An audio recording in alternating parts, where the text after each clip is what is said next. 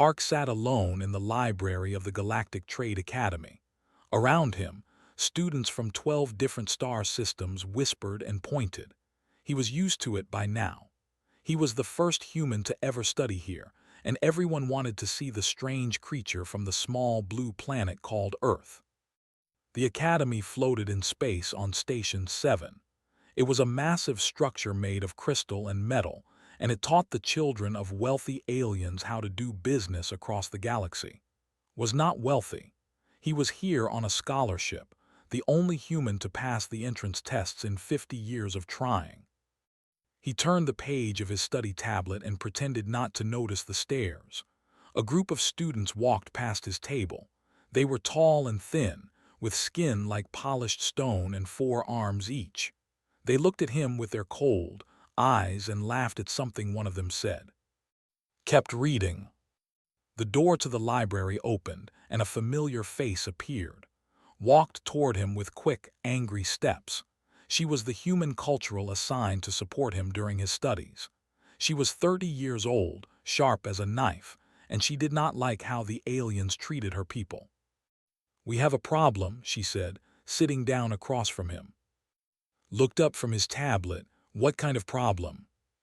"The kind that could end your time here." Placed a document on the table. It was written in the common galactic language, but the words were clear enough. "You have been accused of cheating." Blinked. "Cheating on what?" "Everything." His voice was tight with anger. "Your test scores in advanced negotiations have been too high. 3 students have filed a formal complaint. They say you must be using illegal neural enhancement or stolen test materials." Looked at the document. The names of his accusers were listed at the bottom. He recognized them. They were the 3 students who had laughed at him moments ago. Their families were among the richest in the empire. "I did not cheat," said simply. "I know that," replied. "But they do not care about the truth. They care about their pride. A human is beating them in their own school, and they cannot accept it." Thought about this. He had worked hard every day since arriving at the academy. He studied late into the night. He watched his alien classmates carefully, learning their body language, their expressions, their habits. He was good at reading people. It was not cheating. It was just paying attention. But he knew the aliens would not see it that way. The next morning, all students were called to the Great Hall. Headmaster stood on the central platform, his insect-like body towering over everyone else. He had compound eyes that seemed to look in all directions at once, and his voice buzzed when he spoke. "A serious accusation has been made," announced. 3 students claim that the human exchange student Park has cheated on his examinations. This accusation cannot be ignored. The hall filled with whispers, stood near the back at his side. He kept his face calm, even though his heart was beating fast. "To resolve this matter," continued, "we will use the ancient method. A will be brought from the hollow moons." The whispers stopped. A heavy silence fell over the room. Did not know what it was, but from the reactions around him, he could tell it was something serious. Even the accusers looked nervous. "That will scan the minds of all accused parties," said. "It will find the truth. There is no hiding from it. There is no lying to it. Whatever secrets you hold, it will see them."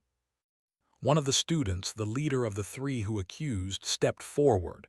His name was something long and difficult to pronounce. "We accept this judgment," he said, his voice confident. "We have nothing to hide." His compound eyes turned toward. "And you human, do you accept?" Grabbed's arm. "Wait," she said loudly. "Humans have never been scanned by we do not know what it will do to him. The effects could be dangerous." "That is not my concern," replied. "Academy law is absolute. If the human wishes to stay and clear his name, he must submit to the scan. If he refuses, he will be expelled immediately." Opened her mouth to argue more, but placed his hand on her shoulder. "I accept," he said. The hall erupted in noise. Some aliens seemed surprised that the human would agree so easily. Others looked disappointed, as if they had hoped he would run away. The three accusers smiled at each other. They had been scanned by before. They knew the process was uncomfortable, but they would survive it, and they were certain the human would be exposed as a fraud. That night found on the observation deck. It was a quiet place with large windows that looked out at the stars. He was sitting on a bench, staring at the endless blackness of space. "You should be worried," said, sitting down beside him. "Should I?" asked. "A creature is going to read your mind. It is going to see everything inside your head. Your thoughts, your memories, your secrets, everything." Nodded slowly. "I know. And you are not scared." He turned to look at her. In the dim light his eyes seemed calm, almost peaceful. "I have nothing to hide. I did not cheat. I just worked hard and paid attention. If the sees that, then I will be cleared." Shook her head. "You do not understand. These creatures are ancient. They have read the minds of thousands of species. They know what normal minds look like. And human minds," she paused, searching for the right words. "Human minds are different. We think differently than other species. What if it cannot understand you? What if it sees something it does not like?" Smiled. It was a small smile, but there was something strange in it, something knowing. "I have been thinking about that," he said.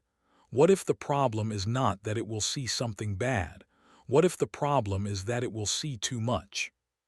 Stared at him. "What do you mean?" Looked back at the stars. "Every night I sit here and I think. I think about home, about my family, about the taste of my mother's cooking. At the same time I think about my studies, about the alien students and what they might do next, about politics and history and music and a joke my friend told me 5 years ago, all at once, all at the same time." He tapped his temple with one finger. "It is very loud in here, very busy, very human." He paused. "I wonder if there has ever seen anything like it." Did not know what to say. She had known for 6 months, and she had always thought of him as quiet and simple. Now she wondered if she had been wrong. "You are not worried at all, are you?" she asked finally. Stood up and stretched. "I have nothing to hide," he said again. "The question is not whether I am ready for the—" He turned and walked toward the door, leaving alone with the stars. "The question is whether thee is ready for me." The Hall of Judgment was the oldest part of Station 7. It had been built 3,000 years ago, when the first traders came together to form the Galactic Trade Academy. The walls were lined with pale blue crystals that hummed softly with psychic energy. The ceiling rose so high that it disappeared into darkness. It was a place designed to make visitors feel small. Walked into the hall with at his side. Hundreds of students and teachers had gathered to watch the judgment. They stood in rows along the walls, their alien faces showing curiosity, excitement, and in some cases, open hostility. The three accusers stood on the central platform, looking confident. Their leader, a tall student named something could not pronounce, smiled when he saw the human enter. "The cheater arrives," they said loudly, making sure everyone could hear. Did not respond. He walked to the platform and took his place beside his accusers. He stood straight and kept his face calm. He had learned long ago that showing weakness to bullies only made things worse. Headmaster stepped forward, his insect body clicking on the stone floor. "The has arrived," he announced. "Handler will now bring it forth." A door at the far end of the hall opened. A figure walked through, moving slowly and carefully. It was a humanoid creature, pale as snow, with no eyes in its face. This was Handler, the keeper of the— The blind Handler wore simple robes and spoke in a voice barely louder than a whisper. "I bring thee of the hollow moons," said. "It will see what cannot be hidden. It will know what cannot be spoken. Let all who are present understand, there is no escape from truth." Behind the Handler, something floated through the doorway. Had expected many things. A monster with sharp teeth, a machine with blinking lights, perhaps a strange alien with too many eyes. What he saw was none of those things. The looked like a jellyfish made of glass. It was about the size of a large dog, floating in the air without any visible support. Its body was completely transparent, and inside it, soft lights pulsed like a heartbeat. Hundreds of thin tendrils hung from its bottom, each one moving slowly, reaching out toward the minds around it. The crystals in the walls began to glow brighter as the creature entered. The students near the walls stepped back, fear on their faces. "Beautiful," whispered beside, "and terrifying." Handler led to the center of the platform. "Who shall be scanned first?" The lead accuser stepped forward immediately. "I will go first," he said, his voice strong. "I have nothing to fear. I am innocent." He stood still as the floated toward him. The creature's tendrils reached out, wrapping gently around his head. The student's confident expression changed. His four hands began to shake. His stone-like skin seemed to lose its color. The lights pulsed faster. After a long minute, the creature released him. Handler spoke. "That has seen his mind. He is innocent of the cheating he accuses the human of. However," the handler paused, "his mind is cluttered with petty jealousies and small cruelties. The notes this for the record." The student stumbled back, his face burning with shame. The crowd murmured. Being called petty and cruel in front of the entire academy was almost worse than being caught cheating. The second and third accusers were scanned next. Both were declared innocent of their accusations, but both received similar notes about the dark corners of their minds. One was found to be planning to steal from his own family. The other had cheated on a different examination years ago. By the time the three accusers were finished, they looked defeated. The scan had been harder on them than they expected. Their secrets had been exposed for everyone to see. Now it was turn. The human stepped forward. The crowd went silent. Even the crystals seemed to stop humming. The floated toward him. Its tendrils reached out, stretching toward his head. And then it stopped. The creature hung in the air, its tendrils frozen in place. The lights inside its body flickered strangely. "What is happening?" Headmaster demanded. Handler stood very still, listening to something only they could hear. The blind face turned toward, then away, then back again. "I do not understand," whispered. The tendrils began to pull back, slowly at first, then faster. The creature retreated across the platform, its lights flashing wildly. The crystals in the walls began to vibrate. The hum grew louder, becoming almost painful. Some students covered their ears. Shouted, "Control your creature." "I cannot." The handler's calm voice was now shaking. "It will not approach the human. It is afraid." The word echoed through the hall. Afraid. The ancient, the creature that had read the minds of emperors and criminals and warriors, was afraid of the quiet human student. They retreated all the way to the far corner of the hall, as far from as it could get. Its tendrils wrapped around its own body, protecting itself. Stood alone in the center of the platform. He looked just as confused as everyone else. "What did you do to it?" the lead accuser shouted. "What are you hiding, human?" "Nothing," said. "I did not do anything." Pushed through the crowd and ran to his side. "This is wrong," she said too. "Something is wrong. You need to stop this." But was staring at Handler. "Explain," the headmaster demanded. "Why will it not scan him?" Was trembling now. The handler's pale face was wet with sweat. "This speaks to me," they said. It tells me that it cannot read the human." "Cannot or will not?" "Cannot," swallowed hard. "Not because his mind is empty, not because he has shields or protection. It says there is too much." The hall went completely silent. "Too much," repeated. "The human mind is not like other minds," explained, their voice barely a whisper. "Other minds have one voice, one stream of thought, the reeds that stream easily, but the human," they pointed a shaking finger at, "the human has many voices, many streams, all speaking at once, all thinking different things at the same time." Turned to face the headmaster directly. "The has lived for 6,000 years. It has read the minds of every known species in the galaxy, but it has never seen anything like this. It says the human mind is like a storm. A beautiful, terrible storm of thoughts and feelings and memories, all mixed together, all happening at once. And this makes it afraid? Asked. Yes, nodded. Because the does not know what will happen if it enters that storm. It fears it will be lost. It fears it will be damaged. It fears. The handler paused, choosing their words carefully. It fears it will be changed. The crowd began to whisper. Some looked at with new fear. Others looked at him with something like wonder. The three accusers stared at the human they had tried to destroy. For the first time, their confidence was completely gone. They had expected to expose him as a fraud.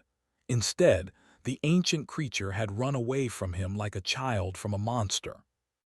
What was this human? What was inside his head that could frighten something that had seen the darkest secrets of 1,000 worlds? Grab's arm. We need to leave, she said quietly, now while everyone is confused. But did not move. He was looking at in the corner, at its trembling tendrils and flashing lights. It is scared of me, he said softly, but I am not scary, I am just human. He thought about what had said. Many voices, many streams, a storm of thoughts. Was that not normal? Was that not how everyone thought? Looking at the faces around him, the fear and confusion and wonder, realized something important. No, it was not normal, not for them. Only for humans. Only for him. The academy was in chaos after the failed judgment. Some students demanded that be expelled immediately. If they could not read him, they argued, then he must be guilty by default. Others wanted to study him like a laboratory animal, to understand what made human minds so strange. A few, very few, simply wanted to know the truth. Stayed in his small room for 2 days, brought him food and news from the outside. The news was not good. Instructor is leading the group that wants you expelled, she told him on the second day. Was in a species that looked like walking blobs of clear jelly. They were known for being intelligent and arrogant, had never liked humans and made no secret of it. What is his argument? Asked. He says that if you cannot be scanned, you cannot be trusted. He says humans must have some kind of natural shield against psychic creatures. He says this makes humans dangerous. Laughed softly. It was not a happy laugh. I do not have a shield. I do not have any special power. I am just a person. I know that, said, but they do not. On the third day, help arrived from an unexpected place. Her name was. She was a human scientist who lived on Station 7, studying psychic creatures and how they worked. She was middle-aged, within her hair and sharp eyes behind thick glasses. When she walked into this room, she carried a bag full of strange equipment. I have been waiting years for something like this to happen, Doctor said, sitting down across from him. Do you know how rare are? Do you know how little we understand about them? I know they are afraid of me, said. That is all I know. Doctor smiled. Then let me explain. She pulled out a tablet and showed him images of This creature reads minds by finding what we call the dominant thread. Every thinking being has thoughts, yes, but most beings have one main thought at a time, one voice that is louder than all the others. Finds that voice and reads it. She showed him diagrams of different alien brains. Thinks about one thing at a time, very focused, very clear, and is the same. Their thoughts are like a single river flowing in one direction, easy to read, easy to understand. And humans? Asked. Doctor's smile grew wider. Humans are different, wonderfully, terribly different. She pulled up a new diagram. When I scan a human brain, I see many rivers, many voices, all speaking at once. You might be thinking about your homework, your family, a song you heard last week, what you want for dinner, and a worry about the future all at the same time. Nodded slowly. That sounds normal to me. To you, yes. To us, yes. But to every other species in the known galaxy, it is madness. Doctor leaned forward. Other species evolved to think clearly. One thought, then the next, then the next. Humans evolved differently. We can hold contradictory ideas in our heads at the same time. We can imagine things that do not exist. We can pretend to be other people and guess what they might be thinking. Empathy, said from the corner of the room.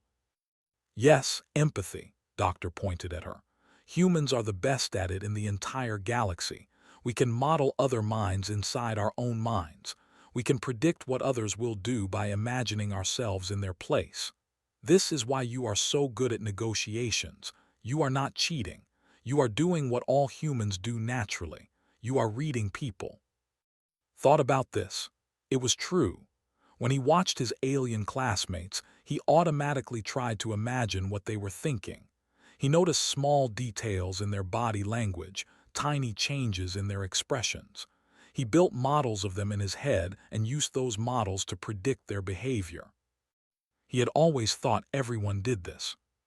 "They cannot find your dominant thread," Doctor continued, "because you do not have one.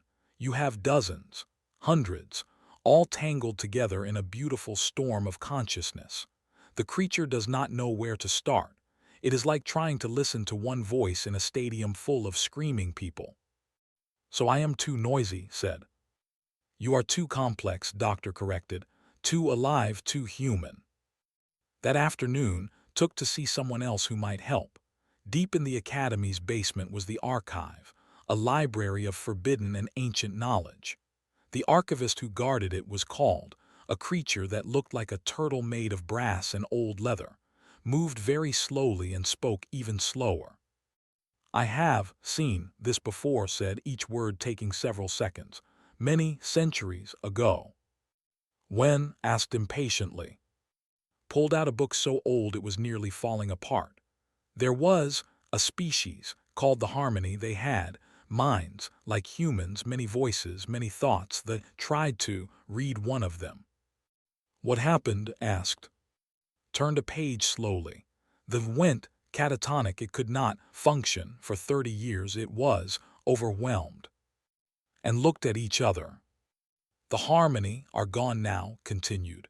"Extinct, but they remember, the danger they remember, the chaos." That night, instructor called a special meeting of the Academy Council. As the senior instructor who opposed humans, he had the right to call for a vote on future.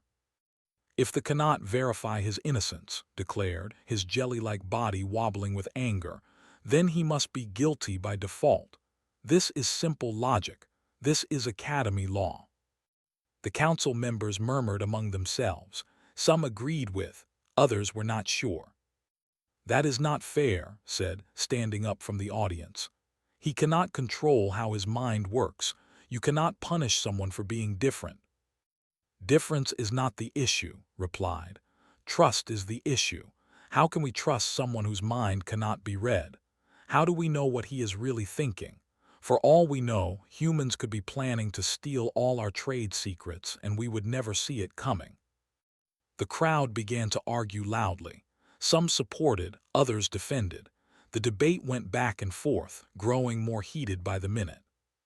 Finally, Headmaster raised one of his many arms for silence. "Enough," he said. "We will vote on this matter in 3 days. The human will have that time to prove his innocence by some other means. If he cannot, he will be expelled." 3 days. Had 3 days to prove he was not a cheater, without the help of the one creature that could prove his innocence. As the meeting ended and people began to leave, grabbed his arm. "What are we going to do?" she asked. "How can you prove what is inside your mind without the—" Was quiet for a long moment. He watched the aliens file out of the room, their faces full of suspicion and fear. He watched wobble away, satisfied that victory was near. And slowly, a plan began to form in his chaotic, noisy, wonderfully human mind. "They want to know what is inside my head," he said softly. "Fine, I will show them myself." Stared at him, how? Turned to look at her. There was something new in his eyes, not fear, not worry, something like determination. "There is a technology called neural projection," he said. It displays a person's surface thoughts on a screen for everyone to see. It is rarely used because it is invasive and uncomfortable, but it does not require it just requires me to open my mind. That is dangerous. If they see everything you are thinking, then they will finally understand. He took her hand and squeezed it gently. They are afraid because they do not understand, so I will help them understand, even if it means showing them everything. Shook her head. They might not like what they see. Smiled.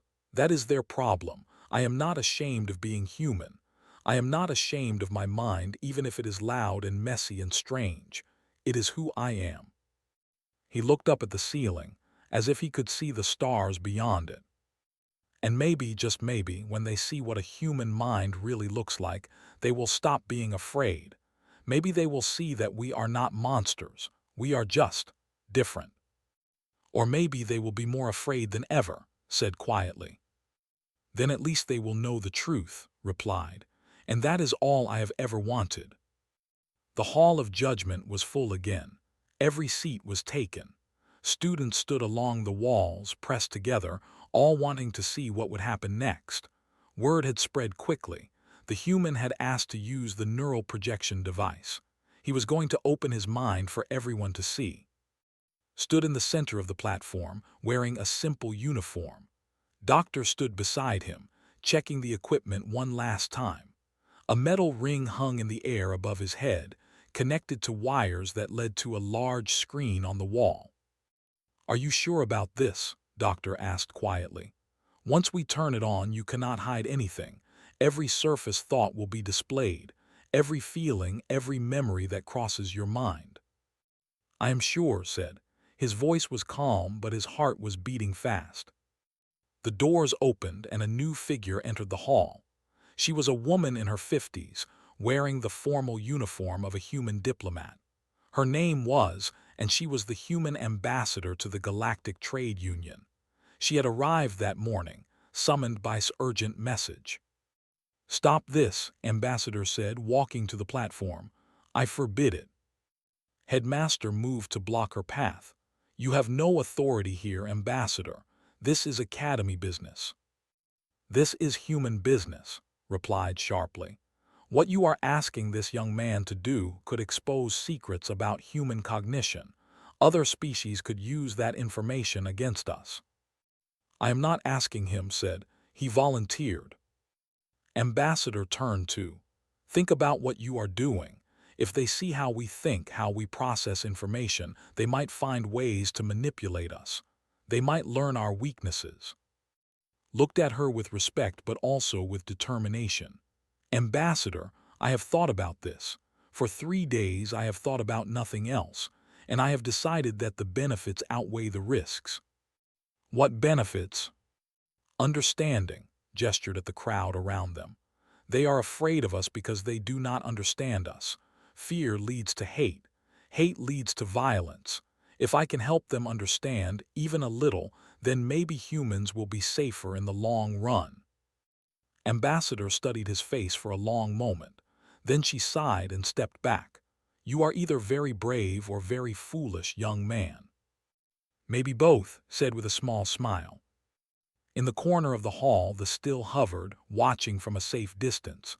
Its tendrils twitched nervously. Handler stood beside it, ready to remove it if necessary. Instructor pushed to the front of the crowd. Let us begin, he said eagerly. Let us see what the human is hiding. He is not hiding anything, said angrily. That is the whole point. We shall see, replied. Doctor placed the metal ring on his head. The device is ready. When I turn it on, try to relax. Do not fight your thoughts, just let them flow naturally. Nodded, he closed his eyes and took a deep breath. Doctor pressed a button. The ring hummed to life. The screen on the wall flickered, then began to glow. And then, for the first time in galactic history, an alien audience saw what a human mind looked like. At first there was chaos. Colors and shapes and sounds exploded across the screen. Images appeared and disappeared in fractions of a second. Words in multiple languages scrolled past too fast to read. It was like watching a television that changed channels 100 times per second. The aliens in the audience gasped. Some covered their eyes, others stared in horror. "What is this?" demanded. "Is the machine broken?" "No," Doctor said quietly. "This is normal. This is what human thought looks like. Just wait." Slowly, patterns began to emerge from the chaos. The audience started to see individual thoughts like fish swimming in a storm. There was a memory of Earth, a small house with a garden, a mother cooking in the kitchen, the smell of food that made his heart ache with homesickness. This memory was accompanied by sadness, love, and a strange feeling that the aliens had no word for. At the same time, there was worry about the current situation, calculations about what might happen, models of how different people might react, plans and backup plans forming and dissolving constantly. And at the same time as that, there was a song playing in the background of his mind, a melody he had heard as a child. It never stopped, even during serious moments. And at the same time as that, there was a part of him composing a letter to his family that he would probably never send, choosing words carefully, imagining their reactions. And at the same time as that, there was a small voice noticing that the third accuser had a nervous twitch in his upper left arm, probably meaning he was uncomfortable, probably meaning he felt guilty about something. All of this happened at once, not one after another, all together, overlapping, mixing, creating something greater than the sum of its parts. Instructor's jelly-like body quivered. "How do you function like this?" he whispered. "How do you not go mad?" The screen shifted. Now it showed some memories of his classes. The audience watched him sit in lectures, watching his alien teachers and classmates. They saw what he saw: tiny movements, small expressions, subtle changes in body language that revealed hidden emotions. And they saw what he did with that information. Inside his mind, he built models of each person, not complete models but rough sketches. He imagined himself in their place. He asked himself, "If I were them, what would I be thinking? What would I do next?" The aliens watched in amazement as mind predicted, with remarkable accuracy, what his classmates would say before they said it. "This is how you knew the answers," Headmaster said slowly. "This is how you beat everyone in negotiations. You were reading us." "Not reading," said, his eyes still closed. "Guessing, modeling, imagining. It is not magic, it is just empathy." "We cannot do this," one of the accusers said. His voice was small and afraid. "We think about one thing at a time. We cannot imagine ourselves as other people. We cannot hold so many thoughts at once." "No," agreed. "You cannot, but I can. All humans can. It is how we evolved. It is how we survived on our dangerous little planet, surrounded by predators and enemies. We had to understand others to survive. We had to predict what they would do." The screen showed another layer of his thoughts. This layer was darker. It showed his fears and doubts and insecurities. It showed moments of loneliness and homesickness. It showed the pain of being different, of being stared at, of being hated for no reason. But even in that darkness there was light. There was hope. There was determination. There was a deep belief that things could get better, that understanding was possible, that fear could be overcome. The audience was silent now. Many had tears in their eyes if they had eyes at all. In the corner, that began to move. Slowly, carefully, it floated away from the wall. Its tendrils unfolded from around its body. Handler reached out to stop it, but the creature gently pushed past them. "What are you doing?" asked. They did not answer in words. It floated across the hall toward the platform where stood. The audience parted before it, making way. It stopped just in front of the human. For a long moment it hovered there, its lights pulsing in strange rhythms. Then slowly it extended a single tendril towards face, not to scan him, just to touch him, just to make contact. Opened his eyes. He looked at the ancient creature, this thing that had terrified him just days ago. He saw no threat in it now. He saw only curiosity. "You are not afraid anymore," he said softly. The lights flickered in a pattern that somehow seemed like agreement. Handler listened to the creature's silent voice, then spoke for it. It says it wants to learn. It has never encountered a mind that contains multitudes. It was afraid because it did not understand. But now it sees that your chaos is not madness. It is beauty." Paused, listening more. "It says your mind is like a galaxy. Many stars all burning at once, all different, all connected. It is the most complex thing it has ever seen. It is struggled to translate. It is art, living art." Reached up and gently touched this tendril. The creature shivered but did not pull away. "I am sorry I scared you," said. "I did not mean to." The lights pulsed warmly in response. Headmaster stepped forward. His compound eyes showed something they had not shown before: respect. "The scan is not necessary," he declared. "We have all seen the truth. Park did not cheat. He simply thinks in ways we do not understand. He is innocent." The hall erupted in noise. Some cheered, some argued, but most simply stared at the human on the platform, seeing him clearly for the first time. Ran to and hugged him tightly. "You did it," she whispered. "You actually did it." Hugged her back, feeling relief wash over him like a warm wave. "We did it," he corrected. "I could not have done this alone." Ambassador approached them, her expression thoughtful. "You have just changed everything, young man. For better or worse, the galaxy now knows what human minds are capable of." "For better," said firmly. "I have to believe that. Understanding is always better than fear." The ambassador smiled slightly. "I hope you are right." On the platform, the remained close to, its tendril still touching his hand. For 6,000 years, it had read minds that were simple and clear. Now it had found something new, something different, something that challenged everything it thought it knew. And instead of running away, it had chosen to stay. Perhaps thought that was the best lesson of all. When we encounter something strange and scary, we have a choice. We can run away, or we can stay and try to understand. The had made its choice. Now the rest of the galaxy would have to make theirs.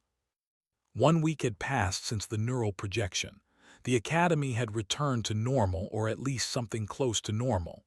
Students still stared at when he walked through the halls, but now their stares were different. Less hostile, more curious. Some even nodded at him with something like respect. The 3 accusers had been disciplined by the Academy Council. They were not expelled, but they were ordered to apologize publicly and to complete extra courses on cultural sensitivity. The leader of the 3 had tried to protest, but one look from Headmaster had silenced him. The apology had been short and awkward. The had stood in front of and mumbled something about being sorry for the misunderstanding. His 4 arms had hung limply at his sides, and he had not made eye contact even once. Had accepted the apology with a simple nod. He did not feel anger toward them. He understood why they had been afraid. He understood why they had wanted to bring him down. It did not make their actions right, but it made them understandable. That was empathy. That was the human gift. Sometimes it was a blessing. Sometimes it was a curse. Today it was simply the truth. Instructor had surprised everyone. The jelly-like had come to his room the day after the projection, moving slowly and looking uncomfortable. "I was wrong about you," had said, his gelatinous body wobbling with each word. "I was wrong about humans. I let my prejudice blind me to the truth." Had invited him in and offered him tea, which could not drink but appreciated the gesture. "I want to understand better," continued. "Would you be willing to give a guest lecture to my advanced students about human cognition, about how your minds work?" Had agreed. The lecture was scheduled for next week. He was both excited and terrified. The biggest change was since the day of the projection, the ancient creature had refused to leave side. It followed him at a respectful distance wherever he went. To classes, to meals, to the library. It floated behind him like a transparent, glowing shadow. Handler had tried to take it back to the hollow moons, but the had refused. It had communicated through its strange psychic connection with that it wanted to stay. It wanted to learn. It wanted to understand. This has never happened before, had told. In 6,000 years of service, this has never shown interest in anything beyond its duty. But you changed it. Exposure to your mind taught it something new. What did it learn? Had asked. Had smiled, a rare expression on their pale face. It learned that consciousness is not about order. It is about complexity. It learned that the most beautiful minds are not the simplest ones. They are the ones that contain multitudes. Now, as sat on the observation deck, the floated beside him. Its tendrils swayed gently in the recycled air of the station. Its lights pulsed in slow, peaceful rhythms. Found him there, just as she had a week ago. I have news, she said, sitting down next to him. Ambassador met with headmaster this morning. They discussed expanding human enrollment at the academy. Raised his eyebrows. Really? I thought the ambassador was worried about exposing human secrets. She was, but she changed her mind, smiled. She said that what you did in the Hall of Judgment was the bravest act of diplomacy she had ever seen. You did not fight. You did not argue. You simply showed them the truth, and the truth changed everything. Thought about this. He had not felt brave at the time. He had felt scared and uncertain and very, very alone. But he had done it anyway. Maybe that was what bravery really meant. Agreed to accept 10 more human students next year, continued. If things go well, that number could increase every year after that. Thanks to you, the door is finally open.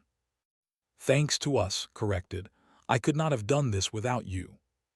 Laughed. You keep saying that, but I was just the person who brought you food and yelled at people. That is important too. The drifted closer, its tendrils reaching toward. She tensed for a moment, then relaxed as the creature gently touched her hand. It likes you, said. It terrifies me, admitted, but in a good way somehow. They sat in comfortable silence for a while, watching the stars through the observation window. The galaxy stretched out before them, millions of points of light, each one a sun with planets and moons and creatures that had never seen a human mind. What happens now? Asked finally. Thought about the question. What did happen now? He had been cleared of cheating. He had made peace with the academy.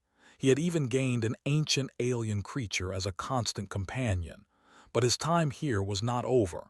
He still had 2 years of studies ahead of him. 2 years of learning, growing, and representing his entire species. Now I graduate, he said. Then I go home and share what I have learned.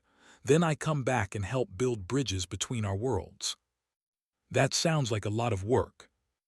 It is, smiled.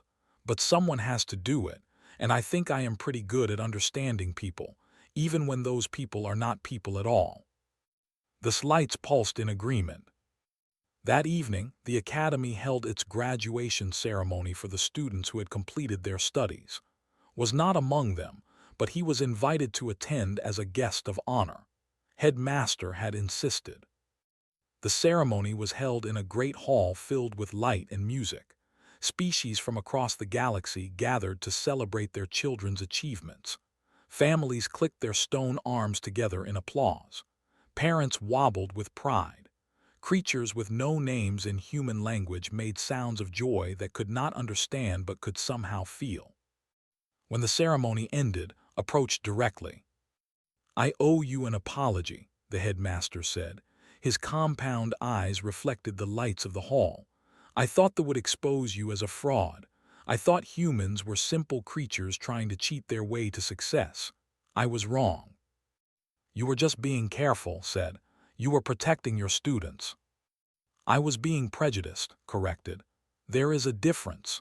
Careful people investigate before judging. Prejudiced people judge before investigating. I judged you without ever trying to understand you." He extended one of his many arms toward. It was an alien gesture, but understood what it meant. He took the arm and shook it human style.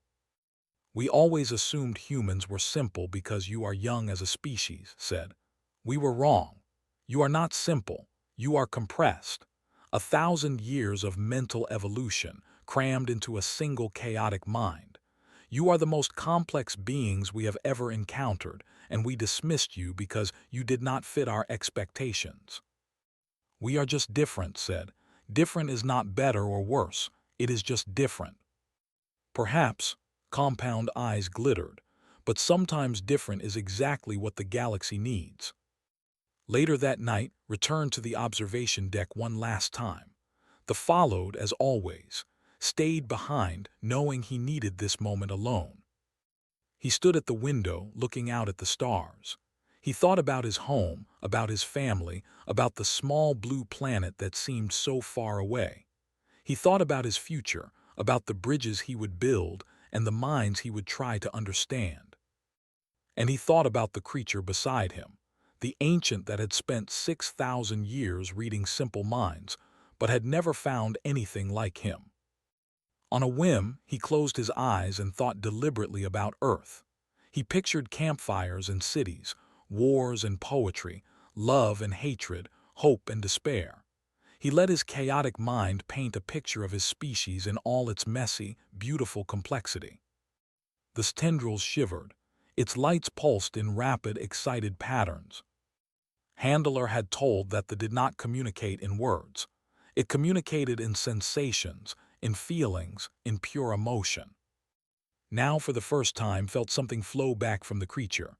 Not words, not thoughts, just a feeling. It was wonder. It was gratitude. It was something that felt like joy. And underneath all of that, there was a single concept, a single idea that they had carried for 6,000 years, but had never truly understood until now. Beautiful. This is what we are, thought. Messy, loud, contradictory, alive. We hold 1,000 thoughts in our heads at once. We imagine worlds that do not exist. We model other minds and feel their pain as our own. We are storms of consciousness wrapped in fragile bodies, walking through a universe that often does not understand us. But that is okay. We do not need to be understood to be valuable. We do not need to be simple to be good. We just need to keep trying, keep reaching out, keep building bridges across the void. One day at a time, one mind at a time, one small act of understanding after another.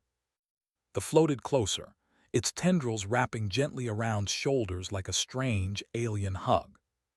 "Beautiful," it said again, without words. Smiled and touched the creature's glowing body. "You too," he whispered, "you too." Outside the window, the stars burned on, countless and eternal. Somewhere among them, humans were waking up and going to sleep, loving and fighting, dreaming and fearing, living their chaotic, wonderful lives. They did not know that a young man on a distant space station had just changed everything. They did not know that the galaxy was beginning to see them in a new light. But they would learn. In time, they would all learn. Because that was what humans did best. They learned, they adapted, they understood. And no matter how strange and scary the universe became, they never stopped reaching out toward the stars.